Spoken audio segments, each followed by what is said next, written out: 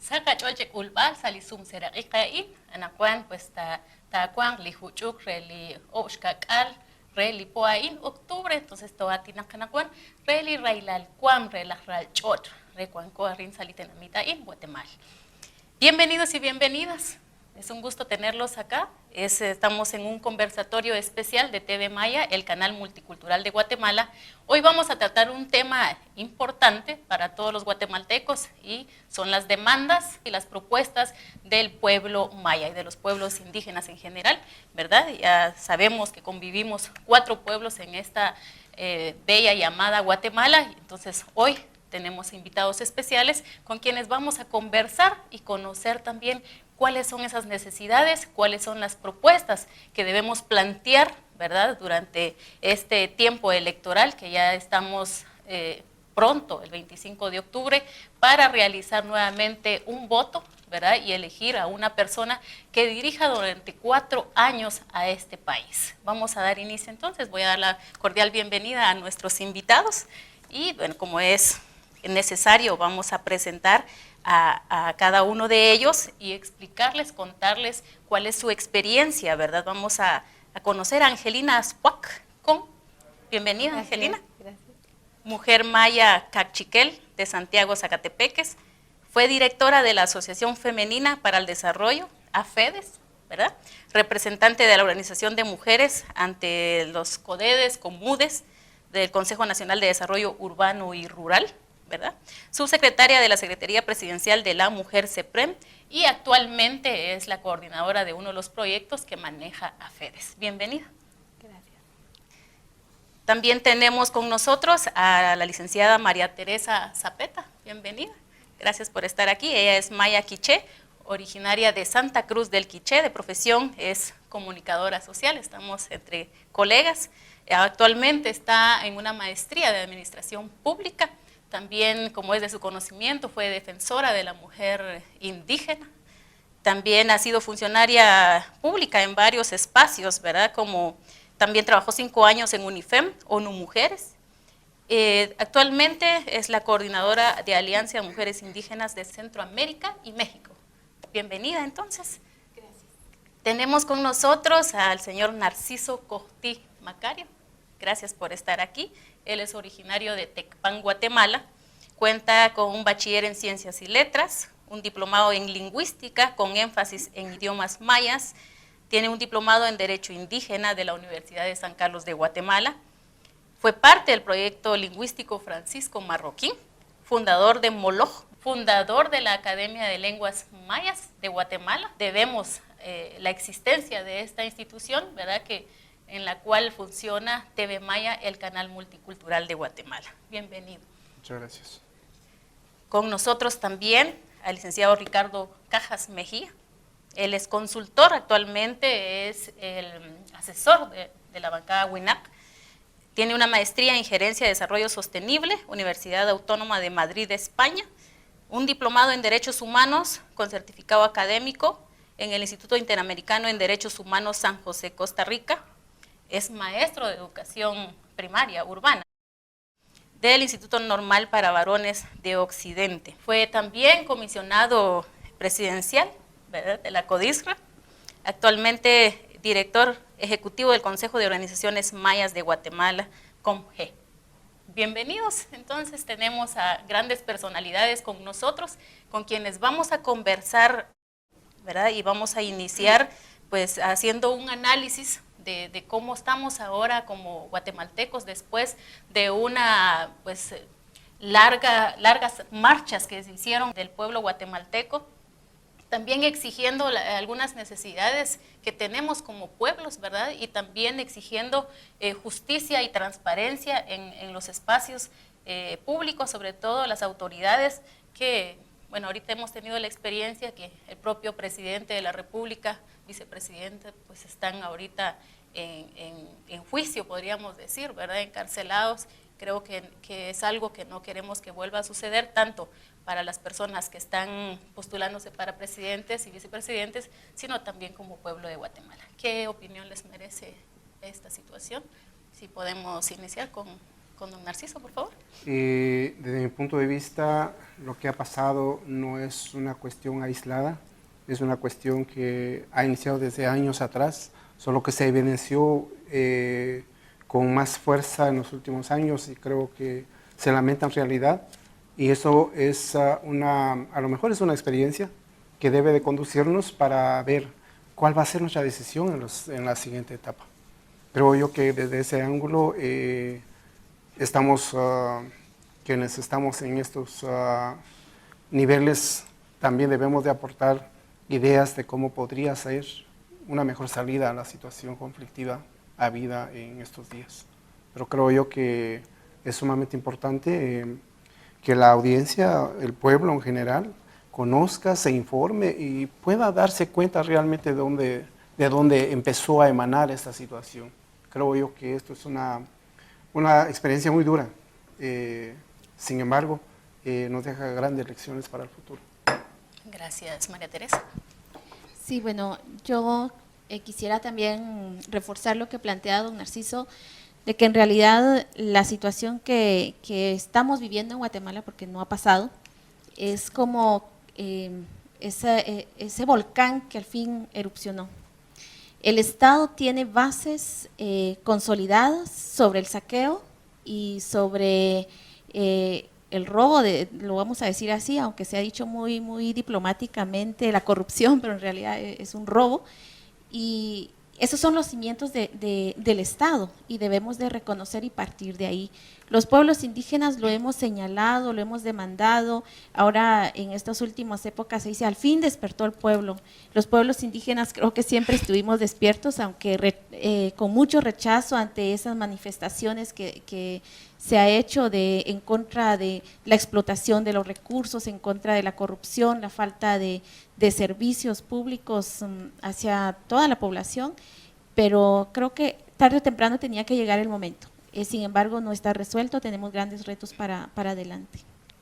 Gracias, María Teresa. Creo que sí, todos los guatemaltecos hemos visto la realidad de lo que ha estado ocurriendo en nuestro país, el accionar de muchas autoridades, pues como dice, mucho saqueo, mucho robo, mucha falta de transparencia que hemos sabido. Sin embargo, como que hemos tenido un poco de miedo, ¿verdad?, para poder decir qué es lo que está sucediendo, exigir la transparencia, exigir que las autoridades también respondan a ese trabajo que deben realizar, ¿verdad?, como representantes del pueblo, como autoridades que hemos elegido para que encaminen bien nuestro país, para también enfocado al bien común.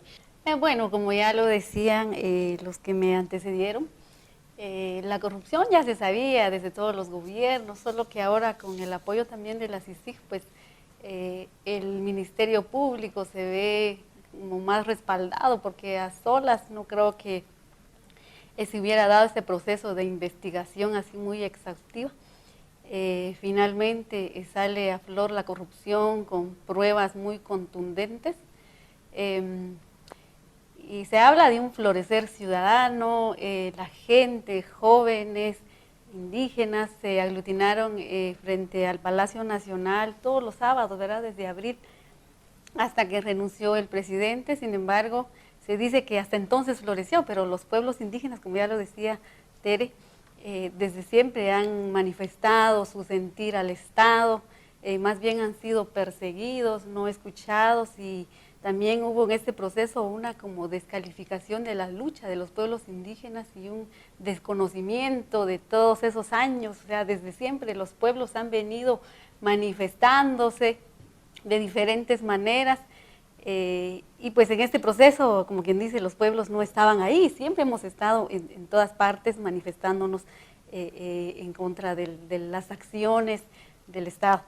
Por otro lado, o sea, está bien que se alegue el tema de la corrupción, hay pruebas, pero la gente está como más preocupada porque se robaron el dinero, o sea, son perseguidos, se van al sistema de justicia y el bien jurídico tutelado fue el dinero. Pero no se les juzga, por ejemplo, por genocidio. O sea, no, el bien jurídico tutelado no es la vida ahí, sino que fue el dinero. Y al parecer en todo este proceso se ve el interés profundo de la población con relación a quién se lleve el dinero. Tanto así que los candidatos a estas alturas hablan de que no son ni corruptos ni ladrones, entonces solo por ese hecho hay que votar por eso. Es una situación así como que queda sin contenido, ¿verdad? Ese proceso. Vamos a iniciar, bueno, en un ratito vamos a conversar de eso, ¿verdad? ¿Cuál es la publicidad de cada uno de estos candidatos y por qué es que nos abocamos a votar por ellos? ¿Por qué es que los seguimos, verdad? Tal vez estamos un poquito confundidos en el enfoque que debemos tener para poder elegir a una persona que realmente vaya a trabajar para el bien común. Ricardo. Bueno, aquí tenemos que estar en presencia de procesos de descolonización. Yo creo que el Estado colonial históricamente ha sido racista, genocida, centralista. Es decir, el Estado de Guatemala, yo creo que sí, desde su construcción, pues es un Estado que está en contra de los pueblos indígenas. Primero por el genocidio, o sea, la eliminación física, después por el etnocidio, por la eliminación cultural, y últimamente por la autodestrucción, es decir, la educación, la religión, los medios de comunicación del Estado se establecen para invisibilizar los derechos colectivos de los pueblos indígenas. Entonces, el proceso que se lleva, nosotros más le damos importancia a los procesos de descolonización. La existencia de la academia es un proceso de descolonización lingüística. Antes era prohibido en la iglesia y en el Estado hablar los idiomas, ¿verdad? Es reciente cuando ya hay un reconocimiento de los idiomas nacionales. También hay una descolonización espiritual.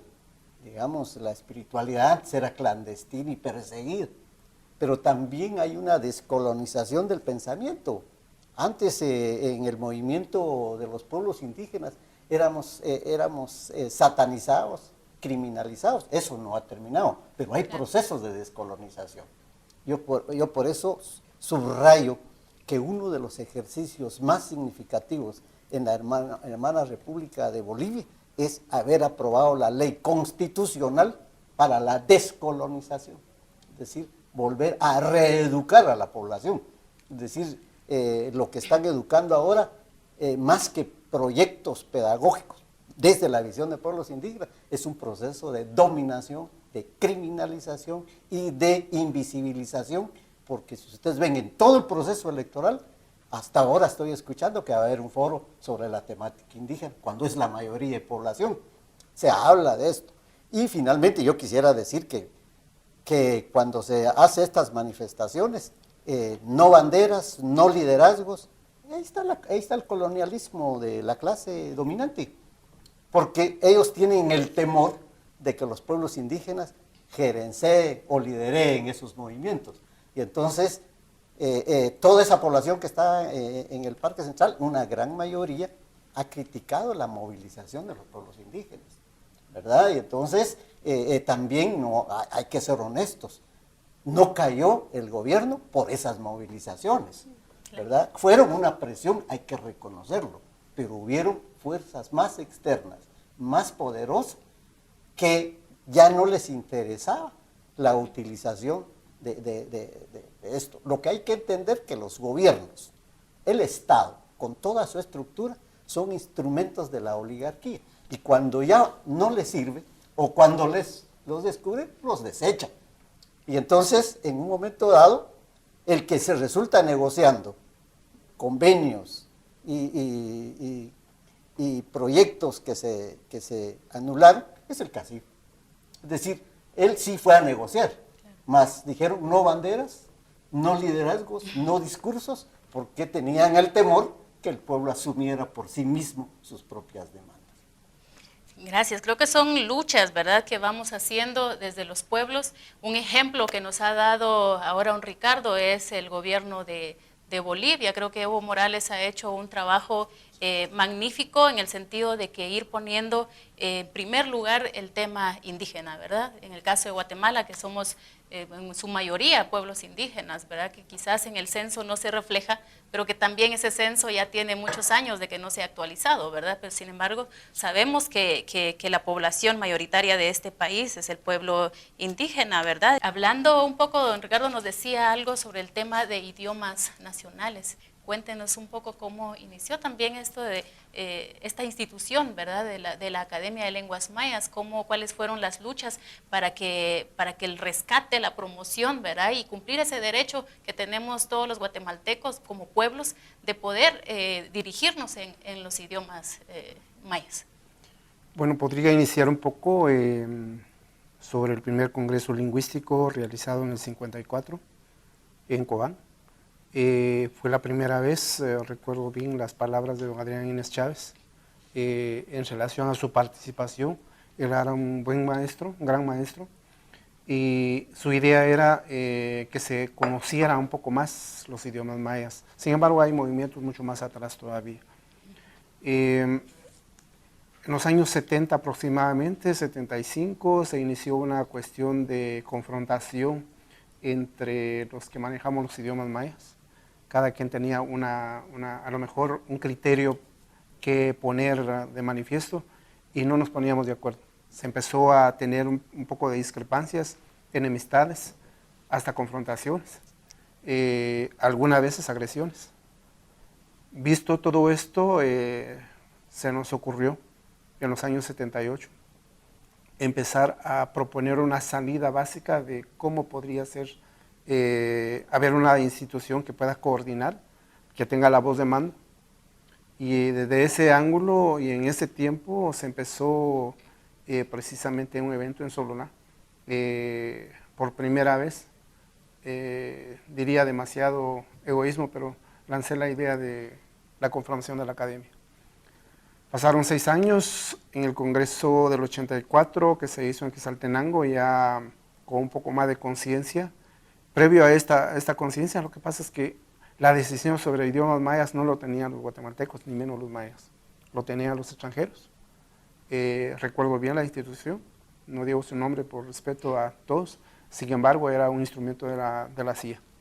Era un control a nivel latinoamericano, de que ellos tenían la decisión por dónde tienen que caminar los idiomas mayas. Visto esta parte, consideramos de que la decisión debiera estar en manos de la población indígena, del pueblo indígena, del pueblo maya. Y desde ese ángulo, en el 84, decidimos no la decisión ni la ratificación de un sistema alfabético, sino era de que la gente, para poder tomar una decisión, debiera de conocer todos los sistemas que había en ese tiempo, incluyendo lo de don Adrián Ines Chávez, el sistema de los misioneros, que fue implementado desde los años 1552. Juntando todos estos sistemas, logramos que en el Congreso del 84 se dieran a conocer y que posteriormente se tomaría la decisión ya por la gente informada. Y en ese sentido evitamos por lo menos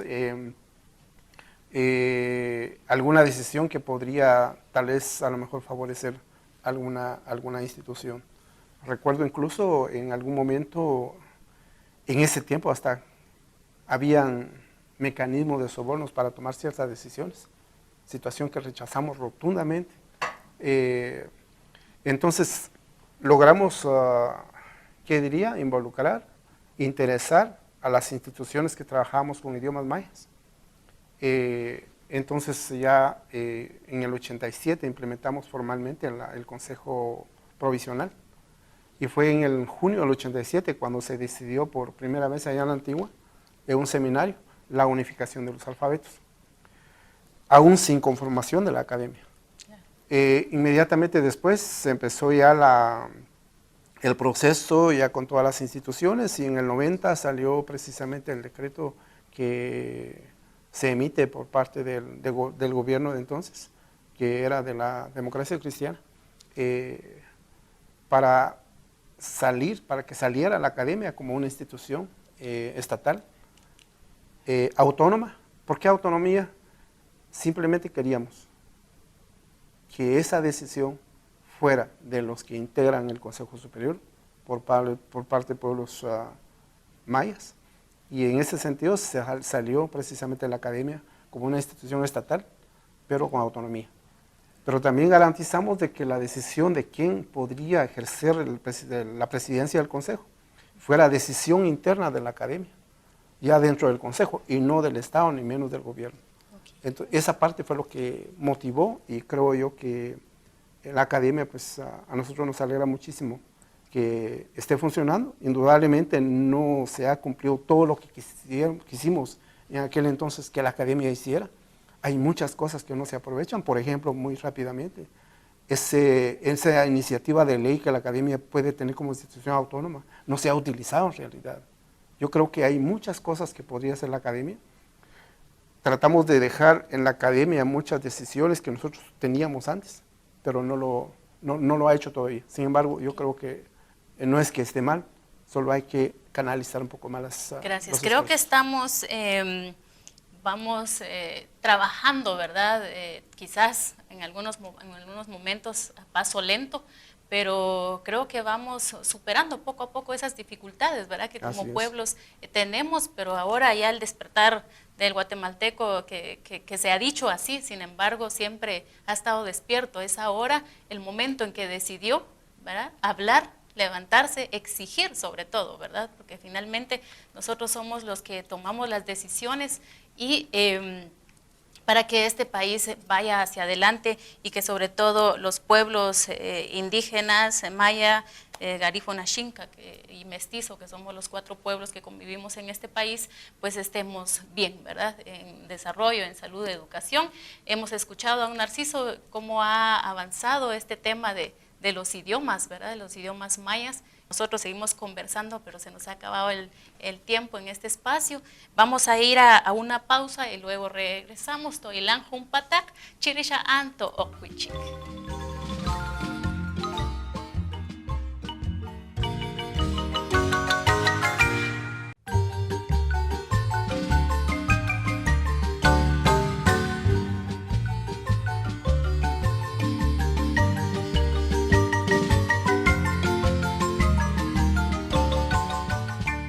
Estamos en la segunda etapa de este conversatorio, en la cual estamos abordando un tema importante, que son las demandas, propuestas del pueblo maya previo a las elecciones de este 25 de octubre.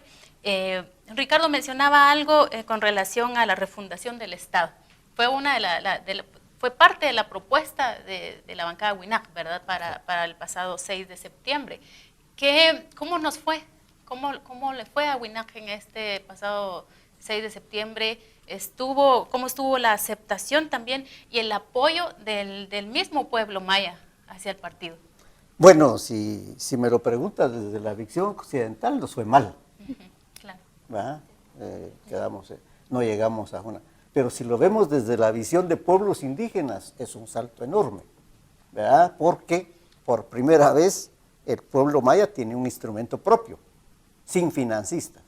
La campaña lo financió el que quería ser candidato, la misma gente, iba a las concentraciones, llevaba su propia alimentación. Bueno, es decir, desde la visión de pueblos indígenas, yo creo que sí es un paso interesante.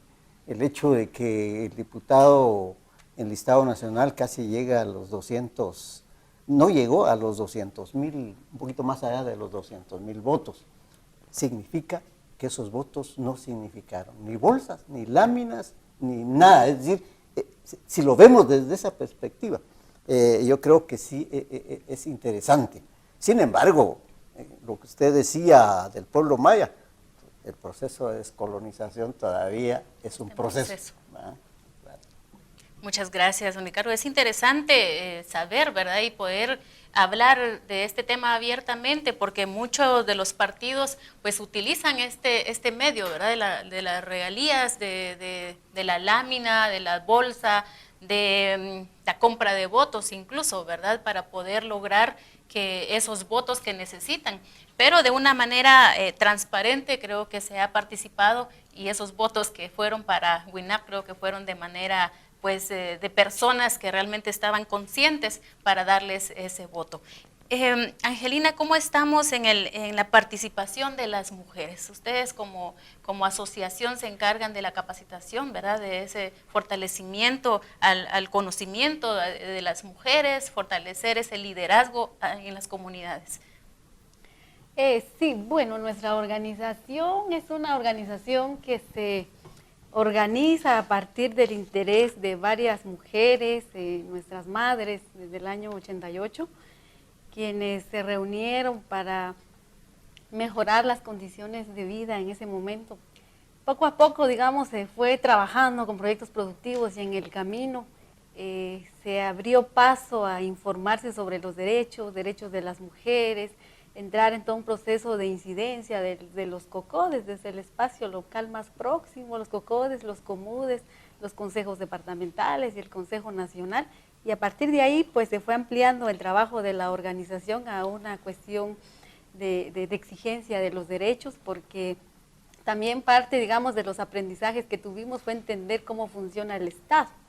Y toda esa parte de colonización entendimos y en este momento pues le hacemos también críticas a este Estado que se fundó prácticamente sobre la base de una visión occidental.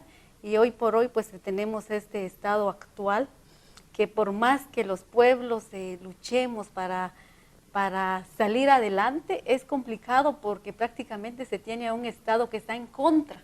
Es un sistema capitalista que se impone sobre una visión diferente de los pueblos. Entonces, ¿cómo sales de tu mundo y te sometes a otro mundo donde no hay muchas oportunidades? Entonces las mujeres han venido trabajando con todo un proceso de desarrollo económico en donde vemos que las leyes benefician solo a los grandes empresarios, a los millonarios y no tanto apoyar a las organizaciones, a los grupos de mujeres que quieren incursionar en el tema de desarrollo económico. Es complicado porque atrás también tenemos a la SAT.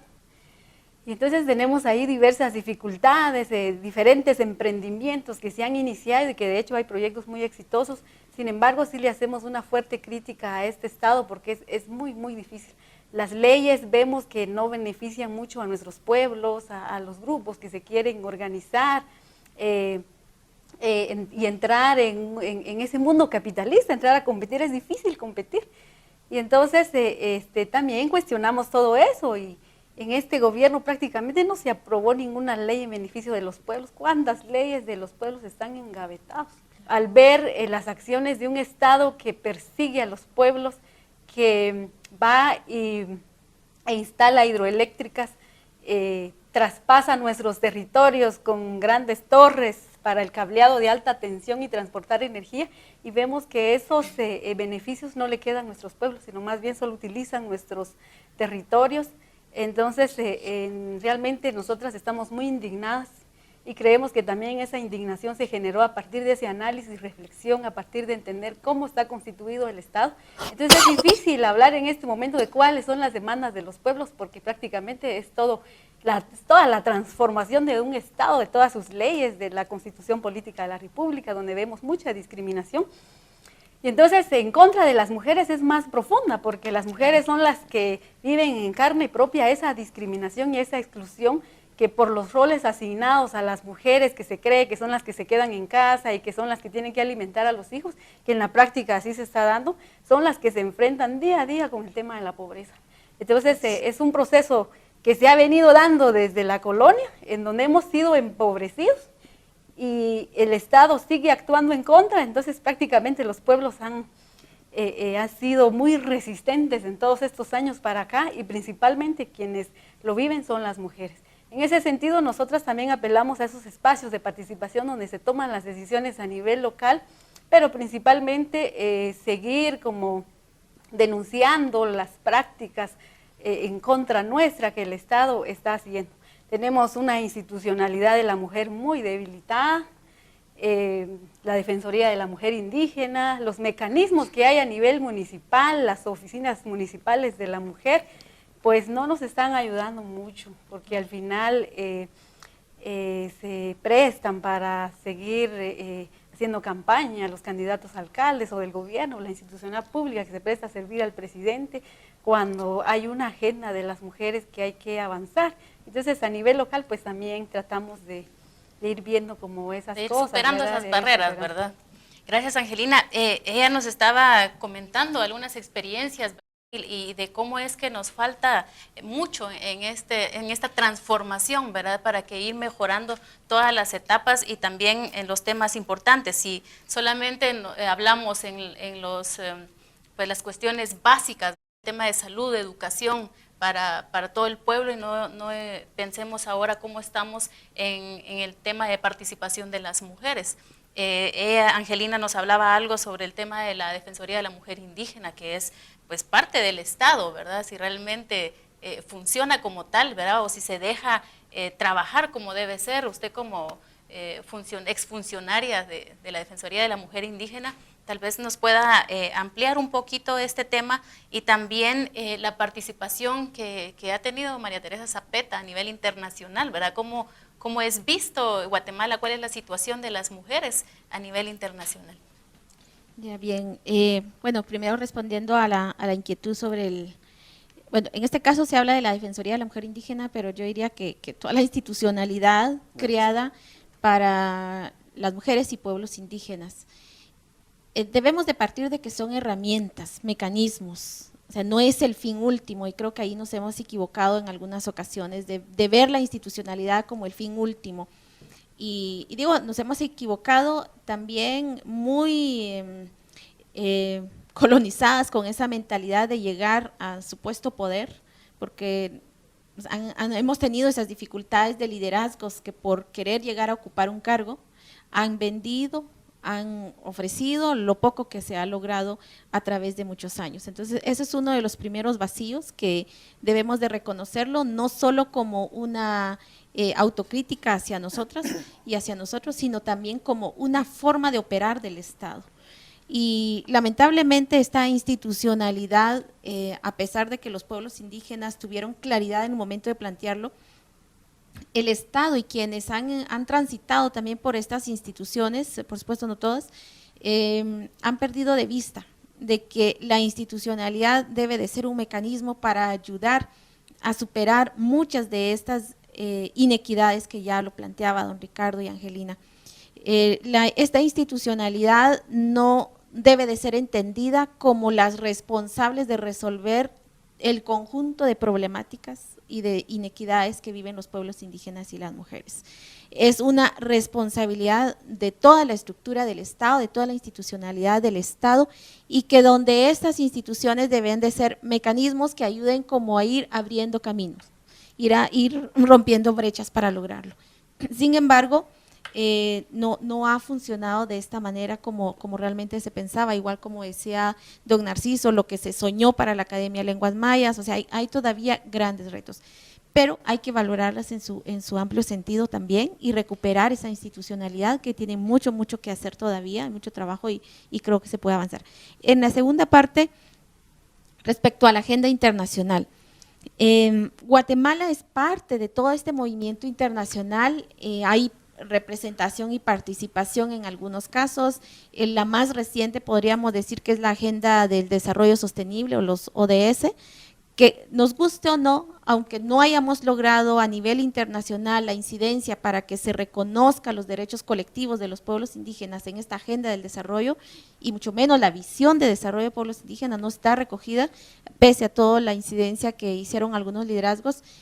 Esa agenda va a regir los organismos internacionales, los recursos financieros externos que lleguen al país y de alguna manera debería de regir también las políticas públicas. Yo me pregunto, y quizá lo vamos a ver en la segunda parte, si los dos candidatos a la presidencia tienen alguna noción de esta agenda internacional, o al menos la más reciente, la Agenda de Desarrollo, y yo me atrevo a pensar de que ni siquiera. Recientemente, la semana pasada, también hubo una presentación de la segunda conferencia de CEPAL que trató sobre el consenso de Montevideo. El consenso de Montevideo recoge compromisos asumidos por el Estado y ratificados por el Estado, entre ellos Guatemala. Entre estos compromisos está el tema de migración, está la igualdad de género, los derechos territoriales de pueblos indígenas, está la demografía, y es impresionante cómo nos seguimos sorprendiendo, aunque casi lo sabemos. Guatemala suele estar entre los primeros lugares de las cosas más negativas. O sea, lamentablemente la realidad, y nos hicieron una presentación que yo espero que ya dentro de pronto lo tengan en su página web y lo podamos accesar. Hicieron una presentación de la proyección de la demografía en los países de América Latina. Los demás países están reduciendo los porcentajes de demografía de su población. A 25%, 15%, 50% son los más altos. Guatemala tenemos proyectado, si seguimos con las mismas políticas y la misma visión, el 115% de incremento en la demografía de aquí a 30 años. ¿Qué significa eso? Si Guatemala no logra responder su institucionalidad a la realidad actual, va a seguir creciendo la población, vamos a seguir teniendo una institucionalidad donde se puede robar, donde sigue siendo regida por el racismo, la discriminación, políticas centralizadas hacia una población como esta. Entonces, hay sobre la mesa grandes retos. El tema demográfico no pasa únicamente por planificación familiar, que es una de las equivocaciones más grandes que se ha cometido, pasa por muchas otras cosas, pero también las condiciones de vida en que necesita. Entonces, hay una lista de demandas que creo que no vamos a entrar en ello, pero sí seguir poniendo sobre la mesa el desarrollo local, que ya lo planteaba Angelina, es sumamente importante. No se trata de capacitar a los jóvenes para que salgan a buscar empleo fuera y ser mano de obra barata. Se trata de buscar y de que el Estado genere condiciones para el desarrollo económico local, comunitario, desde la visión de los pueblos indígenas. Gracias, son grandes demandas las que tenemos, ¿verdad?, como pueblos, y bueno, ya se ha dicho también que de manera negativa, lamentablemente, estamos en algunos primeros lugares, ¿verdad?, a nivel internacional. Tenemos desnutrición crónica aguda, tenemos pobreza extrema, estamos en los primeros en violencia. ¿Qué nos hace falta o en qué estamos fallando, don Narciso? ¿En qué podemos reflexionar y cómo ir avanzando en estos temas para que mejoren las condiciones? Desde mi punto de vista, debiera de empezarse de algo elemental, que es el respeto a la existencia de varias culturas en Guatemala. Y desde ese ángulo hay particularidades culturales que deben de ser observadas por un lado. Por el otro lado, yo siento que para empezar con un desarrollo real habría que empezar con socializar y concientizar a las autoridades precisamente. En este caso, los gobiernos que tenemos han sido prácticamente parte de la cultura homogenizante o sin dejar participar a las culturas de la población originaria.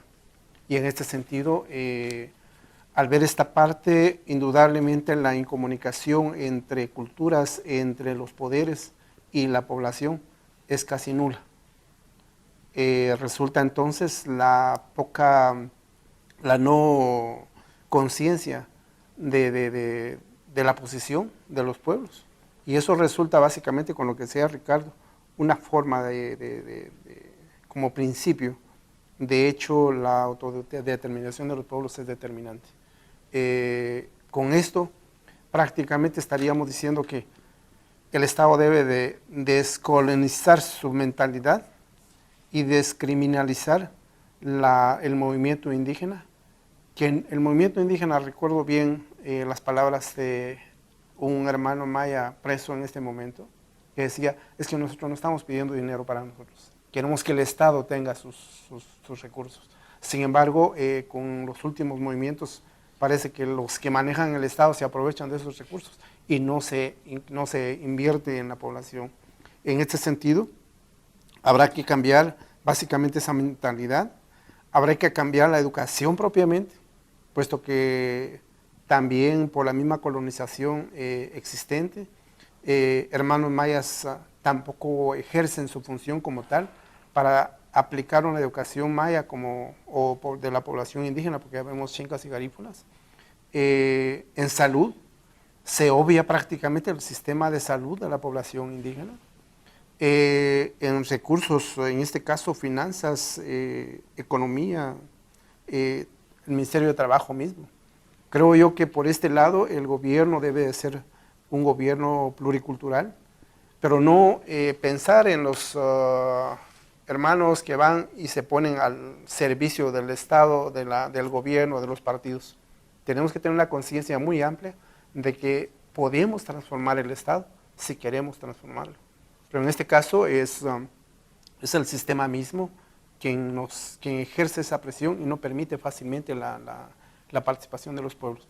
Pero creo que en este caso, para mí, yo exigiría al menos el respeto hacia las culturas, el respeto hacia la cosmovisión, el respeto hacia las formas distintas de creer y de cómo conceptualizamos la misma madre naturaleza que hablaba Ricardo. Y por este lado, cuando hablamos de esta parte, entonces viene la participación por partes iguales, ¿por qué no decirlo muy honesto? De hombres y mujeres y hombres. Porque hay personal, hay recursos humanos que pueden luchar. Sin embargo, también hay que orientar a la población y a los que entran en estos niveles de responsabilidad, de que debe ser como una mentalidad mucho más abierta, mucho más contundente en relación a lo que queremos. Y en este sentido, sí, en este caso, los hermanos mayas que llegaran, como decía Ricardo, a las distintas funciones en el Estado, debieran de ser elegidos por la propia población, nombrados, no elegidos, nombrados por la población, porque si entran por los partidos, por experiencia nos hemos dado cuenta durante 3, 4, 5 gobiernos, que respetan más o hacen más caso a los criterios del partido y no al criterio de la población. Si es el pueblo quien elige y quien nombra en este caso, entonces existe un nexo y una responsabilidad hacia ese pueblo, hay que responderle. Y en este sentido creo yo que habrá que cambiar el sistema para que las cosas funcionen. Hay mucha gente consciente, pero también hay que hacer mucha conciencia de ese servicio social que nos debemos a un pueblo y no a nuestros propios intereses personales. Claro, hay que hacer una reflexión, ¿verdad?, para estas personas que están pues, participando para los cargos públicos, realmente hacer un trabajo consciente que al momento de tomar esos puestos, ¿verdad?, en el Estado, de tomar pues, postura como presidente o vicepresidente o ministros, deben estar conscientes de que ya están al servicio, digamos, del pueblo, ¿verdad?, de poder cumplir con las necesidades de todos y no seguir pensando en crecer como partido, ¿verdad?, sino que ya mentalizarse en el trabajo que deben realizar. Y también, pues como nos comentaba don Narciso, es importante que las personas que estén en estos cargos públicos, representantes del pueblo maya, realmente sigan ese enfoque, que realmente trabajen y que no se les olvide, ¿verdad?, de cuáles son las necesidades como pueblos y que no solamente ellos se visualicen como personas individuales para crecer sus bienes, para incrementar su economía, sino también poder perseguir ese desarrollo de los pueblos. Vamos a escuchar ahora algunas necesidades, algunas demandas de la voz del pueblo, ¿verdad? Hemos hecho algunas entrevistas para poder conocer, ¿verdad? Y los invito a que podamos verlas.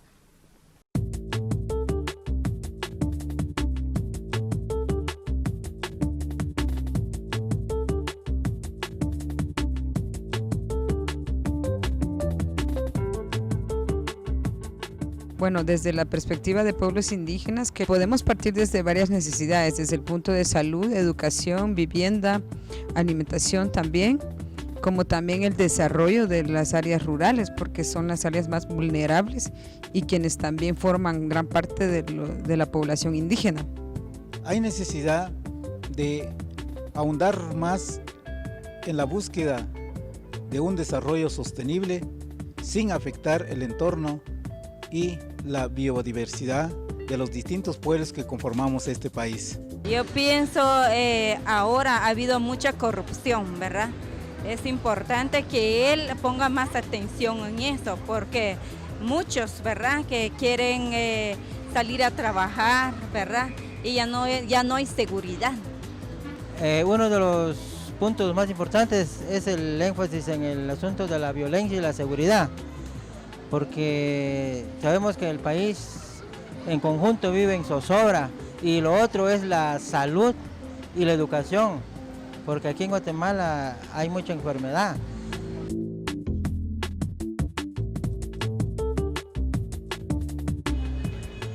Definitivamente que se haga responsable. Bueno, sea que quede quien quede, quiero que ayude a toda la población ciudadana, tanto los jóvenes como la persona adulta, las personas de tercera edad, que les dé mucha oportunidad de trabajo, pues, porque queremos que Guatemala salga adelante del subdesarrollo en que está. Queremos un país desarrollado, donde haya mucha industria, donde haya también mucha educación, porque también acordemos que vivimos en un país donde hay mucho analfabetismo, casi el 80% analfabetismo. En primer plan, tal vez accionar el cumplimiento de los tratados, de las leyes tanto nacionales como internacionales, e involucrar en una acción integral todos los componentes para un desarrollo sostenible acá en nuestro país. Que sea una propuesta incluyente, más no excluyente como se está viviendo actualmente.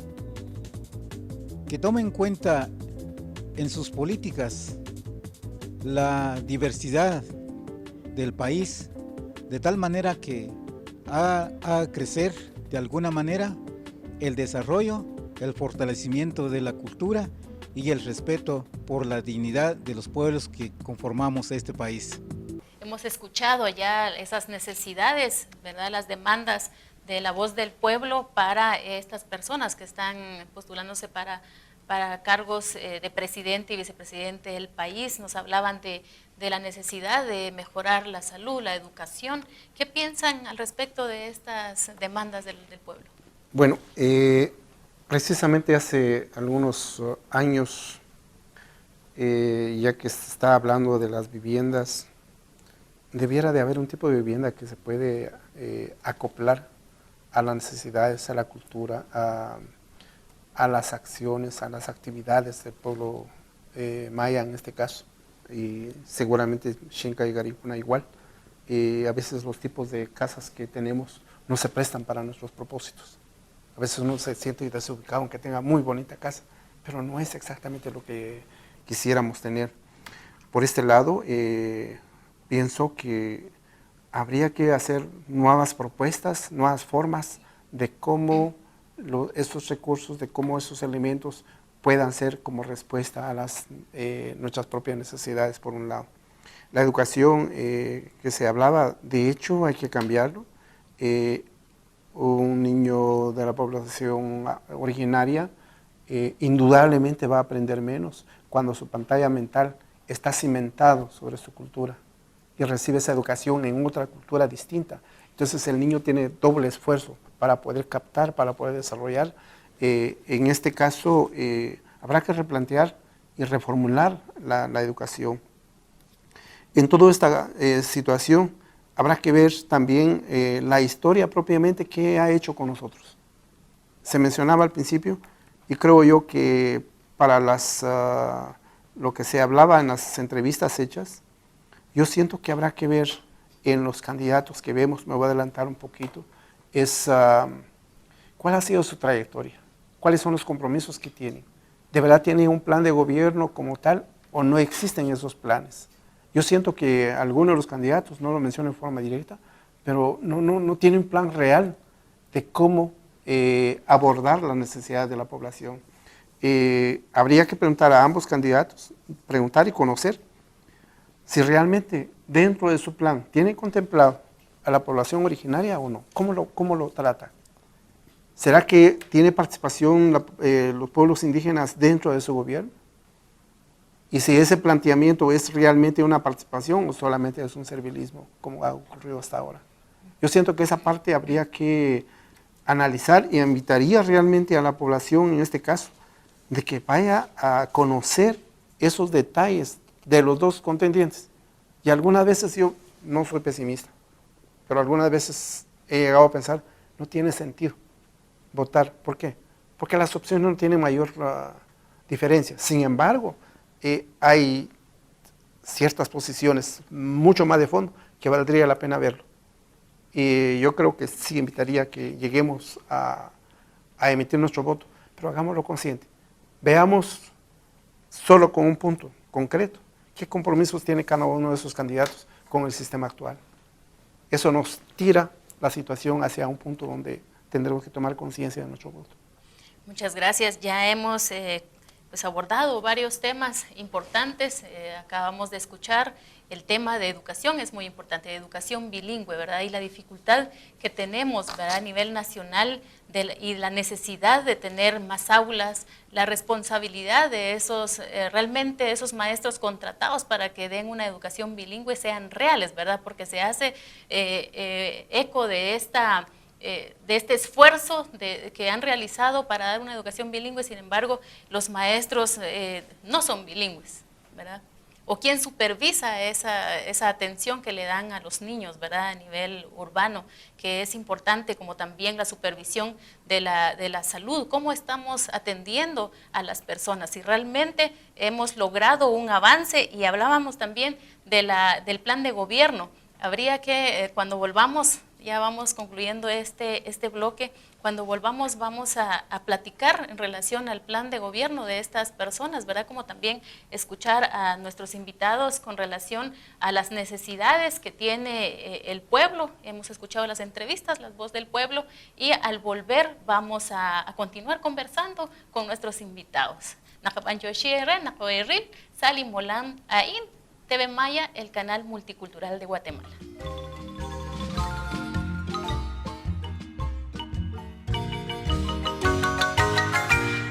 Pues conociendo su perspectiva en relación a las elecciones 2015 en Guatemala y en el marco de la crisis y el trabajo que se ha venido desarrollando en relación a la modificación a la ley electoral y de partidos políticos. Una lectura general de la elección es que, digamos, sí se hizo manifiesto el efecto de la protesta en los resultados electorales. Esto lo podemos ver tanto en el porcentaje de votos que obtuvo un candidato que podía identificarse con la antipolítica, como era Jimmy Morales, ¿verdad? Alguien totalmente, un outsider que se le suele decir en la política, alguien que no había hecho carrera, un partido que no era conocido. La gente observó en esa persona ciertos indicios de posible honestidad que le daba su primera participación a nivel político. Esto hablando de lo urbano. En lo rural sí me parece que permanece todavía una lógica clientelar de votaciones. La cantidad de diputados que todavía tuvo el Partido Patriota, a pesar de la debacle política y digamos de la prácticamente inexistencia de organización que tiene ese partido, ¿verdad? Su secretaria general encarcelada, exsecretaria general encarcelada, su candidato presidencial con un porcentaje de votación de 280,000 votos, pero a nivel local todavía pareciera que se lograron tejer esas redes de clientelismo que les permitieron llevar 18 diputados al Congreso de la República. Por aparte, digamos, también el clientelismo se hizo notable en el caso del partido líder, que sigue siendo la fuerza mayoritaria del Congreso de la República con 44 diputados, y quizá en el partido UNE. La UNE estructuró toda una organización, no sé si es tanto clientelismo o organización partidaria, pero sí estructuró una organización a partir de los beneficios sociales que dio cuando hizo gobierno. Me parece que demuestran elección con elección, 2011 con 2015, que tienen un voto duro de aproximadamente 1 millón de personas, lo cual es, digamos, que un partido político mantenga el voto entre elección y elección de 1 millón de personas, hace notar un grado de organización importante. Protestas urbanas sí tuvo cierto impacto en lo rural, y particularmente lo puedo decir en la derrota de Manuel Valdizón, ¿verdad? El No Te Toca fue evidente que se vio afectado por los las protestas que existieron, las acusaciones que hizo Sisi contra su vicepresidenciable, los errores de comunicación que tuvo el partido líder y los errores de estrategia. Líder no supo manejar la crisis en la que estaba metido y se vino abajo. Entonces, en cuanto al tema de la reforma electoral, pues yo creo que la crisis nos vino a muchos guatemaltecos a dar un curso de verano intensivo de qué era el sistema electoral y de partidos políticos, ¿verdad? Muchos tradicionalmente habíamos votado sin conocer realmente cuáles eran las distintas variables que componen el sistema electoral, por ejemplo, listas cerradas y bloqueadas, elección general, o sea, presidente, diputados y alcaldes en la misma elección, la ausencia de la importancia del voto nulo, que era una de las cosas que se reclamó mucho en la plaza, y la determinación que existe entre la persona que da la plata para el financiamiento político y las posibles decisiones que va a tener el gobernante una vez haga su gobierno, ¿verdad?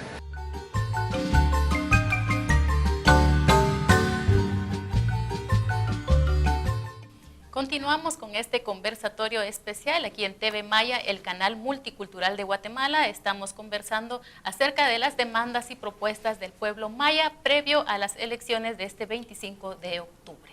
Hemos escuchado también algunas necesidades, algunas demandas de la voz del pueblo que también nuestros invitados han escuchado, quienes vamos a continuar conversando de qué piensan al respecto de estas demandas del pueblo. María Teresa.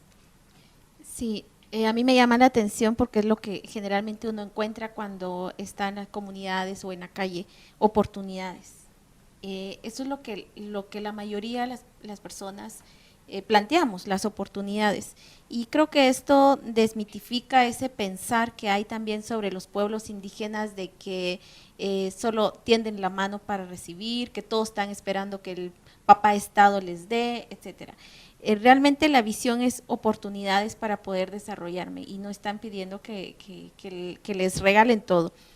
En este sentido creo que hay dos caminos. Uno, lo cotidiano, lo inmediato, las necesidades sentidas en el día a día y los procesos estructurales que aquí también hablábamos. Y yo creo que las dos líneas de demandas y de propuestas deben ir de la mano para poder avanzar, porque esto es un proceso de largos años en el que se debe de ir transformando esta forma de ser de Estado y la forma de pensar y de estar concebido, pero también hay personas que en el día a día están muriéndose de hambre, están muriéndose por situaciones de mortalidad materna infantil, por ejemplo, porque los servicios del Estado no están allí donde la población, y no es como muchas veces se dice, es que los pueblos indígenas están lejos, o sea, es el Estado el que está lejos. Entonces yo creo que por ahí va como mi primer comentario en relación a que son dos líneas de demandas y de propuestas que no debemos de dejar y de claudicar por esto.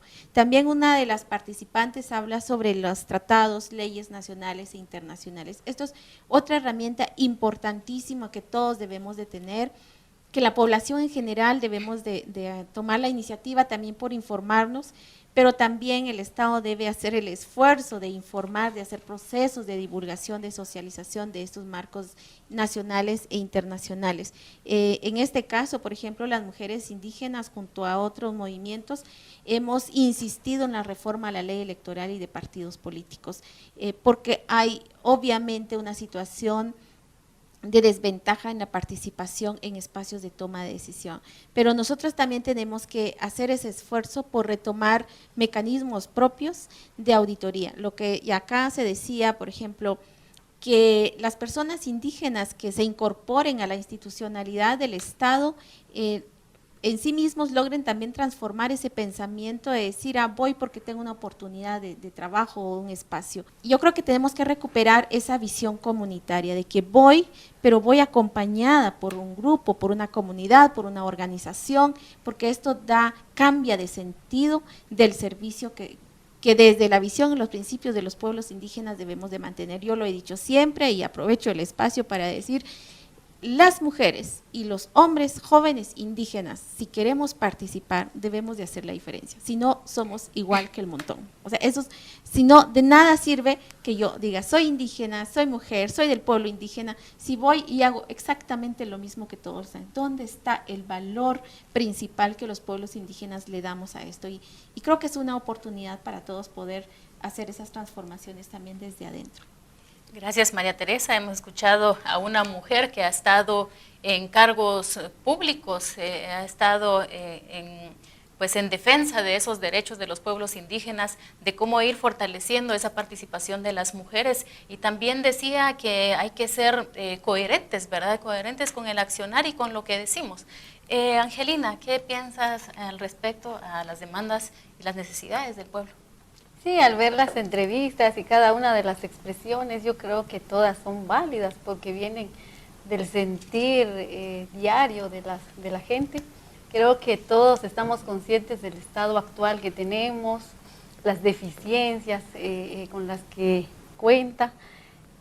Asimismo nos hace pensar en un estado posible, que es, digamos, como lo inmediato, que reforma leyes, que sean más incluyentes, aunque no sé si el término inclusión es adecuado, puesto que somos parte de una población donde no debiésemos, digamos, decir que seamos incluidos, porque asumimos que somos, digamos, de afuera y no de adentro. O sea, todos deberíamos ser parte de esa toma de decisiones sin decir que se incluya, así como va, pues te doy el chance de que te metas.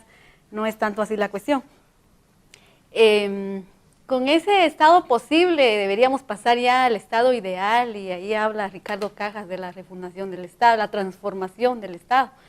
Pero hablando siempre del estado posible y con las posibilidades que tiene este gobierno, quien quiera que sea que vaya a asumir, llega sin un presupuesto. O sea, yo he escuchado los enunciados que pronuncian en la televisión, en los medios, donde piensan hacer muchas cosas. A veces no le hallo como mucho contenido, o sí son enunciados así como, ¡ala, qué bonito! Pero cómo se va a operativizar, quién sabe, y con qué dinero, pues a saber. La cuestión es que sí hay grandes problemas y que hay que atacarlas de raíz.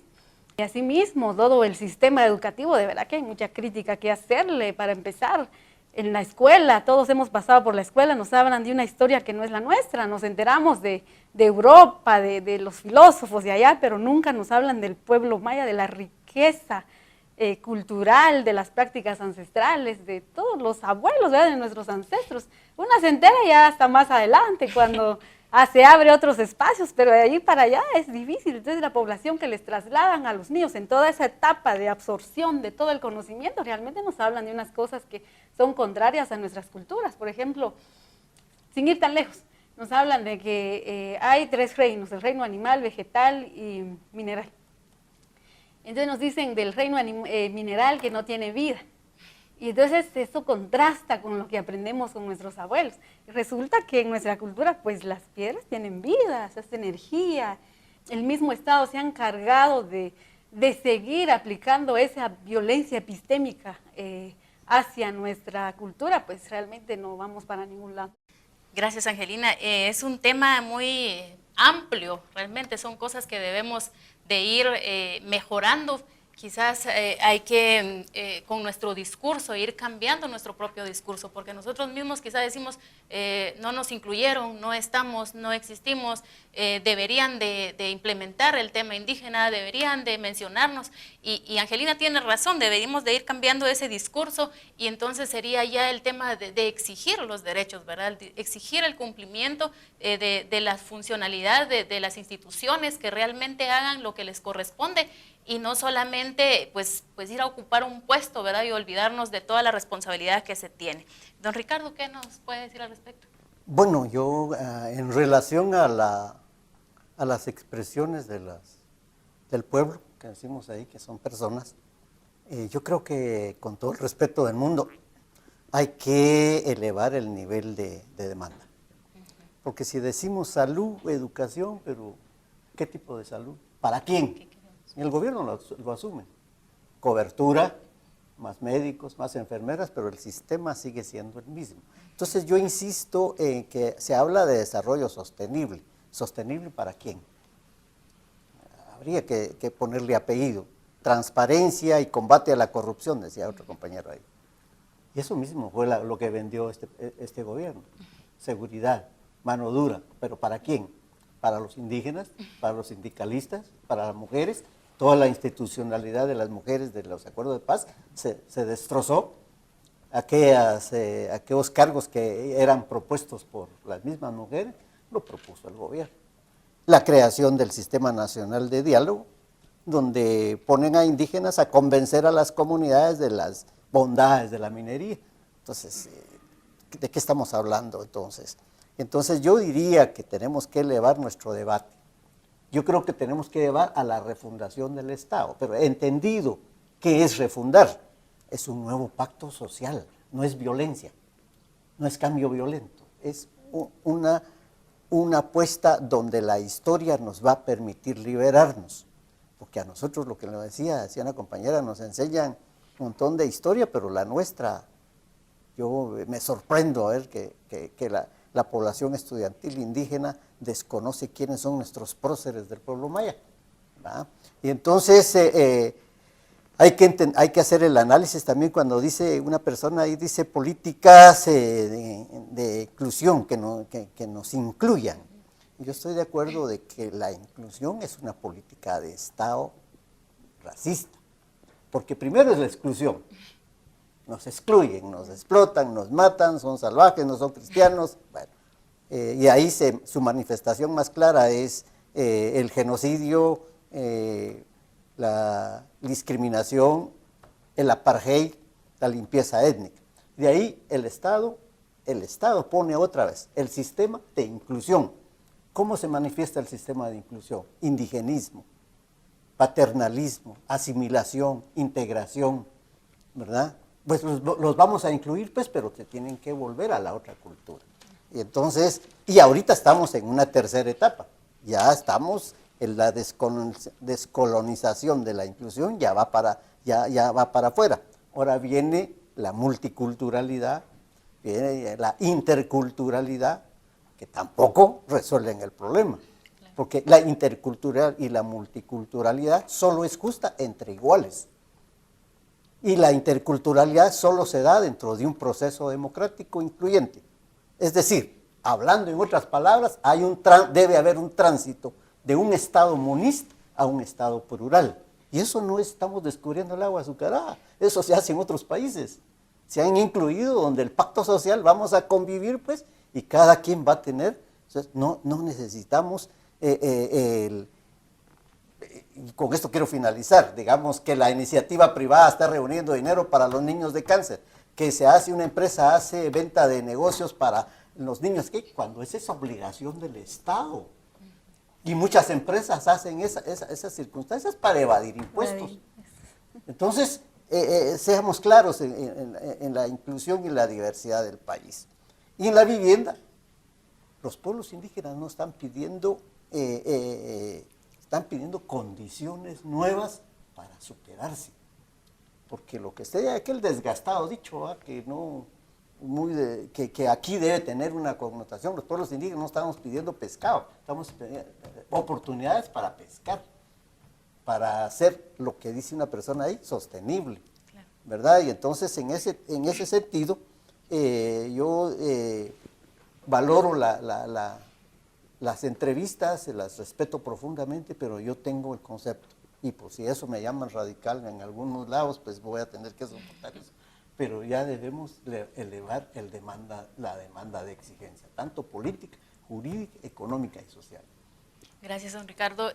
¿Será que parte de esas necesidades, de esas demandas y también de que el pueblo ya esté cansado de tanta injusticia, de esa exclusión que hemos tenido, será ese resultado lo que acaba de ocurrir ahora en Sololá? Me gustaría saber qué opinan al respecto con relación al linchamiento que hubo ahora en Sololá de un alcalde electo. Creo que fue reelecto nuevamente y el pueblo no está de acuerdo con ello. ¿Consideran ustedes que es un cansancio hasta esas malas acciones, hacia ese incumplimiento de deberes, don Ricardo? Bueno, yo creo que sí es parte del sistema político en Guatemala. Yo creo que la ley electoral y de partidos políticos permite el clientelismo, permite la corrupción electoral, el delito electoral, y lógicamente las comunidades, sin entrar a considerar quién tiene la razón, hay un sector que pidió una auditoría al alcalde y le autorizan la autoría, el alcalde acepta y después salen huyendo pues salen por inseguridad los contralores y posteriormente pues se da el ataque a la persona que interpuso o solicitó la auditoría.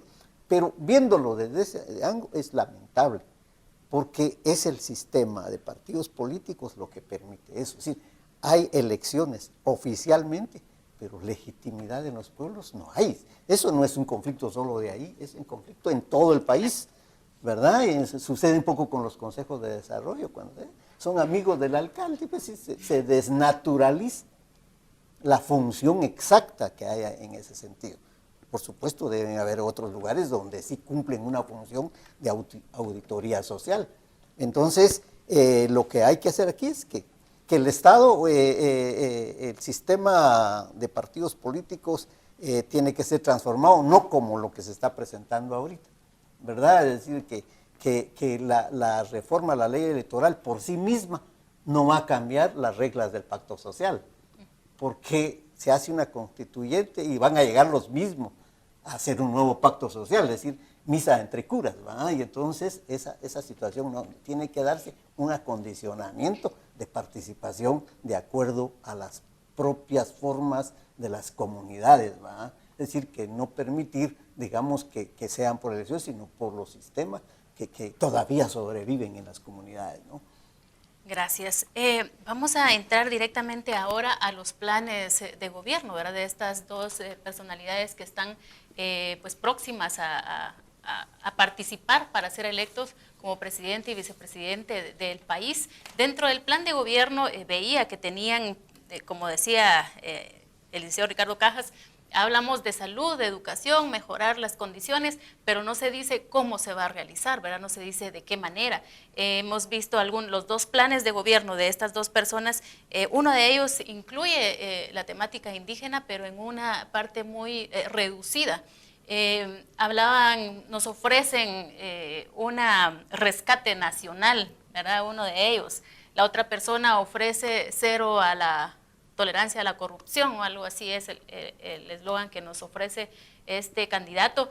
Y vemos también que en el caso específicamente de la señora Sandra Torres es como un seguimiento, ¿verdad?, a las acciones que realizaron en el tiempo de Álvaro Colom.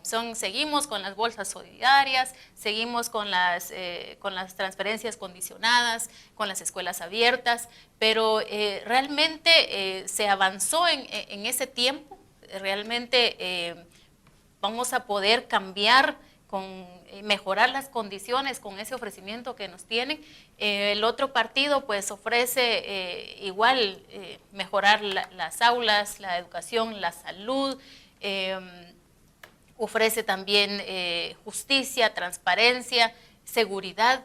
¿Qué piensa Narciso con relación a estos planes de gobierno? Bueno, a lo mejor lo que se ofrece no es exactamente el problema. El problema es la forma en que se da.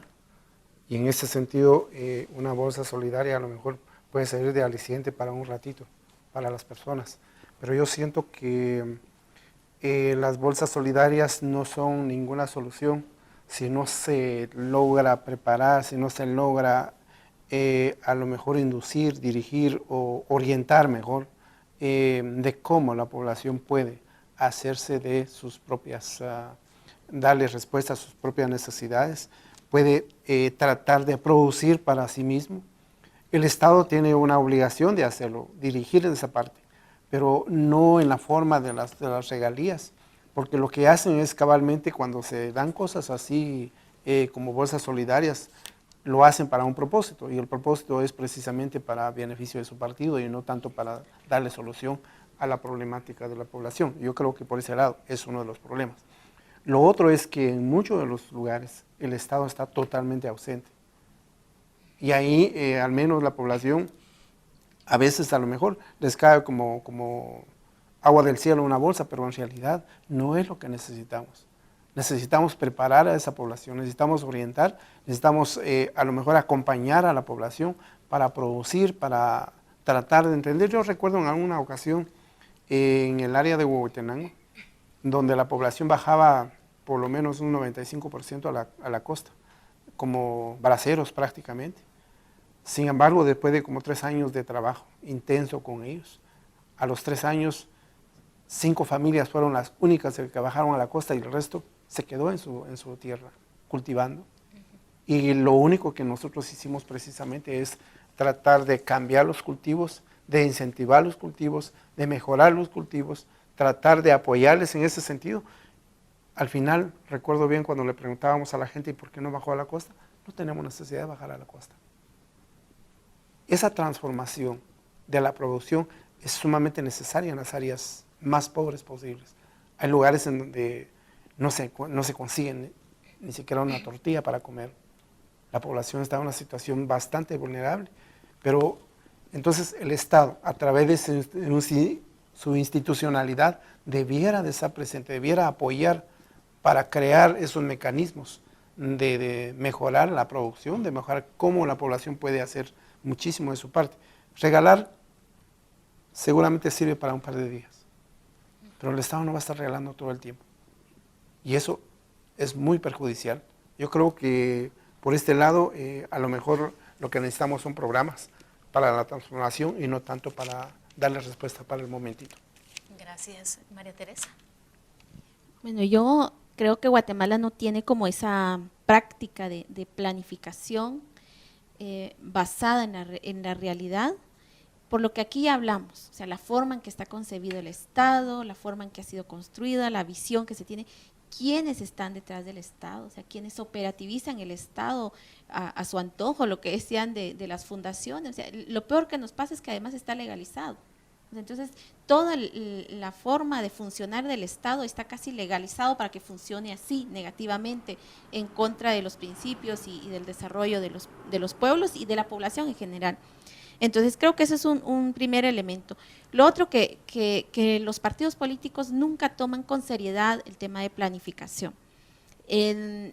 Aun cuando si tuviera un plan perfecto ahora, no tendríamos ninguna certeza de que lo van a implementar. Eso nos ha pasado para algunos que han hecho supuestamente un poquito más de esfuerzo de planificar. En el momento de llegar a gobernar, esos planes no son un referente de trabajo. Luego tenemos un conjunto de políticas, si no estoy mal son 57 políticas públicas que, si bien o mal, de alguna manera están como una herramienta, pero cada partido que llega lo enfoca a su manera. Entonces, este corte que tenemos constantemente cada 4 años nos va afectando en cuanto a visión de país, de desarrollo de los pueblos indígenas. Sobre los planes específicos de los dos, ninguno de los dos responde a los pueblos indígenas en términos estructurales, en términos de planteamientos. Podrían refrescar, como dice, alguna situación inmediata, pero no la resuelven. Y no son regalos, porque toda la población pagamos impuestos, de una u otra manera. Con comprar un chicle, un dulce, ya la gente está pagando sus impuestos. Entonces, se le hace creer a la gente que sí, que les van a regalar, que les van a dar, pero de alguna manera es como un prepago que ya todos hemos hecho de esto. Entonces, es un error. En los países donde se ha implementado esta visión, no ha dado resultados de desarrollo, no se ha superado la pobreza, no hemos salido de las situaciones estructurales. Ahora, en cuanto a visión de país que reforme las estructuras, creo que los dos están totalmente perdidos, es más, no tienen ningún interés. Una, por un lado, pues está interesada en cómo seguir acumulando, en cómo repetir la experiencia de gobierno, tienen hasta un buen equipo de los que estuvieron en el gobierno de Álvaro Colón. La otra persona, por su lado, pues, o sea, ¿qué confianza nos puede dar a los pueblos indígenas después de un programa racista, de burla hacia los pueblos indígenas? Entonces, ¿qué confianza, aún cuando pusieran sus planes a algún elemento? Yo creo que nosotros como pueblos indígenas, de forma organizada, sí tenemos que estar como pendientes durante el ejercicio de gobierno. Que un plan de gobierno no nos, o más que un plan, los mensajes y los planteamientos que estén dando en este momentito no nos vayan a engañar sino que debemos de estar permanentemente en auditoría social desde los pueblos indígenas durante el ejercicio. Creo que ese es el reto más grande, más allá de un plan de gobierno. Gracias. Nos corresponde ahora entonces dar un seguimiento, una vigilancia real a las acciones que ellos realizan, ¿verdad? Del gobierno de Guatemala, enfrente de nuestro país, ¿verdad? Esperando pues la institucionalidad también del Estado, las acciones de los ministros, de los secretarios, que realmente cumplan con su papel, ¿verdad? Como funcionarios públicos, y que el pueblo esté pendiente, estemos pendientes de estas acciones, de darle seguimiento. Quizás lamentablemente pues hay dos opciones nada más, quizás no son las mejores, si cumplen o no cumplen, si van a hacer un buen trabajo o no, pues esperemos que así sea, ¿verdad? Pero que también nosotros como ciudadanos estemos vigilantes de ello. Ya se nos va terminando el tiempo, tenemos por favor un minuto, Angelina, para aportarnos en este sentido del plan de gobierno, si realmente está dentro de ese plan de trabajo, si está el tema indígena, si están estas necesidades que tenemos. Pues no se visualizan cuestiones o propuestas estructurales de los pueblos o para los pueblos. Primero, no se sabe si quiénes van a dirigir el gabinete. Bueno, ya han mencionado algunos nombres que no son precisamente del pueblo maya, entonces solo desde ahí son otros los que gobiernan, hombres y además ladinos. Esa es la realidad. Por otro lado, independientemente de la calidad del plan, que haya o no haya plan, creo que trasciende este Estado, necesita un plan de largo plazo, una política pública que no tenga temporalidad y el seguimiento sistemático del mismo. Como ya lo decía Tere, cada 4 años se corta, se inicia un proceso y quizá hay algunas cuestiones positivas, también hay negativas, pero digamos seguir las positivas, siempre se corta, se queda, hay algún proceso de fortalecimiento de las instituciones, del funcionariado, sensibilizado, que luego se despide a los 4 años e ingresa gente nueva que no sabe ni cómo funciona la administración pública. Entonces, cuestiones así son las que tampoco nos dejan como avanzar. Este país necesita realmente un seguimiento de esas políticas públicas que por lo menos de una duración de 20, 25 años que pueda verse, digamos, el cambio en toda una generación, desde los que nacen hasta los 20, 25 años, ya cuando han tenido mejores oportunidades de educación, entonces se va a ver el cambio. De lo contrario, 4 años es muy poquito y no digamos, ¿verdad?, la clase de gente que pretende gobernarnos. O sea, sí, hay muchos retos. Gracias, Angelina. Ricardo. Un minuto. Bueno, la verdad que en un minuto se puede decir mucho o se puede decir poco. Los planes he tenido oportunidad de leerlos, tienen muchas generalidades, realmente es una lista de buenas intenciones, pero nadie dice que va a incorporar dentro de la estructura del Estado la Declaración de Naciones Unidas sobre Derecho de Pueblos Indígenas. Ninguno de los planes habla sobre respetar el derecho a la consulta de los pueblos indígenas. Ninguno de los planes dice que va a revisar o va a anular o va a hacer la situación minera. Pero también tienen el cuidado de que los dos ofrecen el programa social, o sea, la bolsa. ¿Por qué? Porque el primero que diga que va a quitar la bolsa pierde votos. Y entonces aquí es una cuestión clientelar. Y por el otro lado, realmente seamos honestos, seamos sinceros más de alguna vez, nosotros no estamos incluidos en el plan de gobierno de ninguno de los dos. Y para tomar una decisión de los dos, realmente es casi me están poniendo la alternativa de votar por la Salvatrucha o por la Mara 18, ¿no? Es decir, en los dos ángulos, o de las brasas a la llama. Seamos honestos, ¿verdad? No tengamos expectativas en ninguno de los. Primero, ¿por qué? No es campaña negra.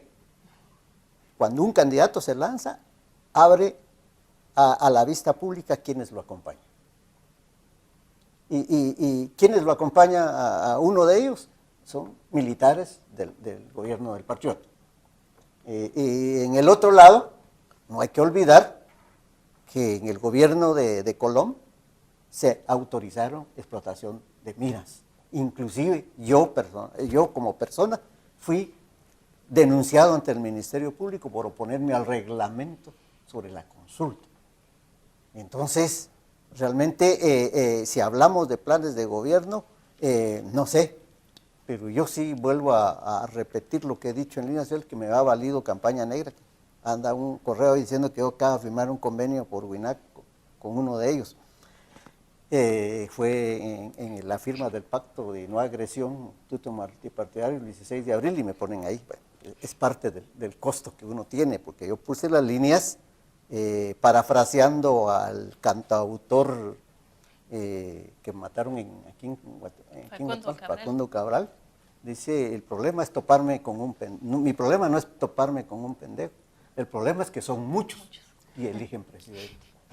Entonces, si esto nos sirve un poquito para decir, yo no estoy diciendo que no voten, ni estoy diciendo que voten por alguno, simplemente hay que hacer un análisis crítico, consecuente, con la lucha que se ha llevado por mucho tiempo, para que los que estemos sentados aquí, porque no vamos a estar en el foro de la oligarquía, a mí nunca me invitan ahí, ¿verdad?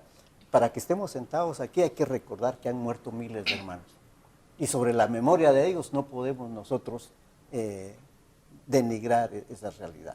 La lucha continúa, así es de que aquí no hay vacaciones, ¿verdad? El pueblo maya siempre va a estar puesta arriba, y hay que seguir trabajando en este aspecto. Y felicitaciones por este foro y esperamos que no sea el último, ni el primero ni el último, ¿no? Gracias. Bueno, quisiéramos seguir conversando con ustedes, ¿verdad? La verdad es que enriquecen nuestros conocimientos, también informamos a la población. Les comento que nos ven en Sololá, ¿verdad? En 5 municipios, nos ven en Santa Cruz del Quiché. En Quiché tenemos a 6 municipios, está Uspantán, Chiché, Chinique, Chichicastenango, recientemente Zacapulas. Así es de que un saludo cordial a todas las personas quienes sintonizan, quienes nos ven a través de TV Maya, el canal multicultural de Guatemala. Por último, les voy a pedir un favor, que puedan enviar un mensaje, trasladar un mensaje a la población. ¿Y qué les pueden decir previo a esta votación? Pues analizar su voto. Si van o no van, les dejo ahí el tiempo para que cada uno de ustedes se exprese, y mejor aún si les habla en su idioma, por favor. Bueno, muchas gracias. Yo pensaría, lo que había dicho inicialmente, es analizar básicamente por quién vamos a votar. Ejerzamos ese derecho, pero también la obligación. Sin embargo, estoy de acuerdo que en el sentido de que los 2 candidatos realmente no representan algo sustancial para la población, pero tenemos que ejercer ese derecho. Por el otro lado, las autoridades, básicamente, si esto entra a Chichicastenango, les invito a analizar la participación como autoridades con los gobiernos, porque también tenemos dificultades por ese lado. Sabemos que no es una voluntad propia, pero han sido desviados muchas veces para propósitos adversos. Y a la población en general, Mario Hiwakashaj, pero Chan Kajochi Tinojigna, Chochigni Aribotos. Dice Betamanchi, Chiqueri y candidatos, Menak Otarojota Paki Samaj, Mayo Kitzota, y en Michi Casinel Nketamaj, la Utsi Hunchkerige o Chamán Usta, bien Gatzotri listado de diputados electos Chin Hunchkeri partidos, que son militares, Cochpan. Manjun civil go, entonces yin mirchi tqatzetana jebel achuchis tqayri qaboto manchoqtani qaspaj toqachqechi kohun qasamaj paruy qatinamit y qatzinel yuqyaqatij mayuqyaqatij tachinqabama igual pero sen yuqyaqatij chinqabirchi kiyaqaqij chasherin mirchibe matioche yuqyaqashaj. Bueno, sí, como decía don Ricardo, nosotros tenemos como la lucha para adelante, tal como se ha venido haciendo en memoria de todos nuestros ancestros que han dado la vida de una u otra forma. Entonces, sí reiterar la invitación a la población de no dejarse engañar porque les estén ofreciendo una bolsa, o porque les vayan a ofrecer la continuidad de esta, o porque les vayan a ofrecer salud, educación, que les van a construir una escuela. no dejarse engañar, porque eso de por sí ya es una responsabilidad del Estado hacerlo, o sea, no a cambio de un voto. Segundo, es mantenernos firmes en todos los periodos para poder observar, para poder demandar y estar siempre organizados para poder seguir vigilantes de cómo avanza cualquiera de los dos que gane. En conclusión, ninguno de los dos responde a la visión, a los principios, a las propuestas y a los derechos de los pueblos indígenas. Ninguno de los dos. Pero nos toca elegir. Esa es la realidad. Entonces, frente a esa realidad, seguramente habrá que ejercer ese derecho, pero sí estar muy vigilantes durante el proceso. Para las y los hermanos indígenas involucrados en estos dos partidos, insistirles, no se olviden de los derechos individuales y colectivos de los pueblos indígenas. No se olviden que aunque vayan por decisión individual, son personas que pertenecen a los pueblos indígenas y eso tiene una responsabilidad, un costo, no solo individual, sino colectivo. Entonces, invitarles. Que moltoshik bachachalak, shurtat bejalak, shur ilalak, chehun ihri, areva kiñacanak, pa hlomalak, perkushalak, chechomajalak, makokajak, para plechulnik, pelepaklik, rajaushik, kachomaj, surek kano, rajaushik, kamolokip, rech puntigo wekije petnak, takijlek chak, moltoshichalak. Angelina, ¿cuál es su mensaje para estas personas que nos ven a través de TV Maya, el canal multicultural de Guatemala? En ese sentido, creo que sí hay que pensar el voto y hay que vigilar, hay que hacer la auditoría social y nunca hay que agachar la cabeza como pueblos. Nosotros desde siempre somos de estas tierras, vamos a existir y siempre vamos a exigir nuestros derechos, vamos a revisar el accionar de los gobiernos, independientemente de cualquiera que quede. Hay que ser partícipe de verdad de esa auditoría social porque pagamos nuestros impuestos con todas las cosas que compramos y prácticamente es gente que estamos contratando, que todo un pueblo contrata a un empleado y a ese empleado pues hay que seguirle la pista y si no pues ya vendrá el castigo, ¿no? Ricardo, por favor. Sí, muchas gracias. Tal vez ya poniendo la guinda al pastel, dicen. Quizás una demanda muy inmediata sería preguntarle a los dos ¿Qué voluntad tienen presupuestaria hacia el canal TV Maya? Pues? Porque, si bien es cierto, están haciendo sus mejores esfuerzos, pero para nosotros, los pueblos indígenas, es un medio importantísimo que estén a nivel nacional, ¿verdad? Porque los otros tienen sus instrumentos y debaten entre ellos, pero el debate entre nosotros no. Y entonces, además también entender que el desarrollo para ellos tiene una connotación, para nosotros el desarrollo. Pueblos indígenas es peligroso, porque a nombre del desarrollo han quitado los idiomas, a nombre del desarrollo han ladinizado, a nombre del desarrollo han explotado los recursos naturales. Y decirles que mucho mejor sería hablar sobre el proceso de descolonización, que es un proceso que hay que seguir hablando en cualquier ámbito en que estemos. Ok, gracias. Hemos llegado ya al final de este conversatorio. Vamos a darle las gracias a cada uno de nuestros invitados el día de hoy, ¿verdad? Agradecemos haber respondido a esta invitación. También haciendo un resumen de lo que hemos hablado acá, es necesario el respeto a la consulta, atención al tema de minería, el cumplimiento de los deberes, ¿verdad? Y ser coherentes con nuestras acciones en el caso de las personas que van a pues liderar este hermoso país, ¿verdad? El futuro presidente y vicepresidente de Guatemala deberá considerar algunos temas que aquí hemos abordado, las propuestas de los pueblos en voz de nuestros invitados especiales el día de hoy. Analizar el voto, ¿verdad? Es muy importante, es un deber también ciudadano que debemos cumplir, pero sobre todo analizar ese voto que vamos a realizar, porque vamos a poner en manos de esta persona durante 4 años, ¿verdad? Para que podamos encaminarnos a un desarrollo mejor de nuestros pueblos, de mejorar las condiciones y también pues ser ir vigilantes, ¿verdad? Ser vigilantes en las acciones de cada uno de las autoridades que estén en las instituciones del Estado y sobre todo del presidente y vicepresidente. Muchísimas gracias. Nimban Yosheri, Kulun Sali Molamain, Academia de Lenguas Mayas de Guatemala, Joahui TV Maya. Muchísimas gracias.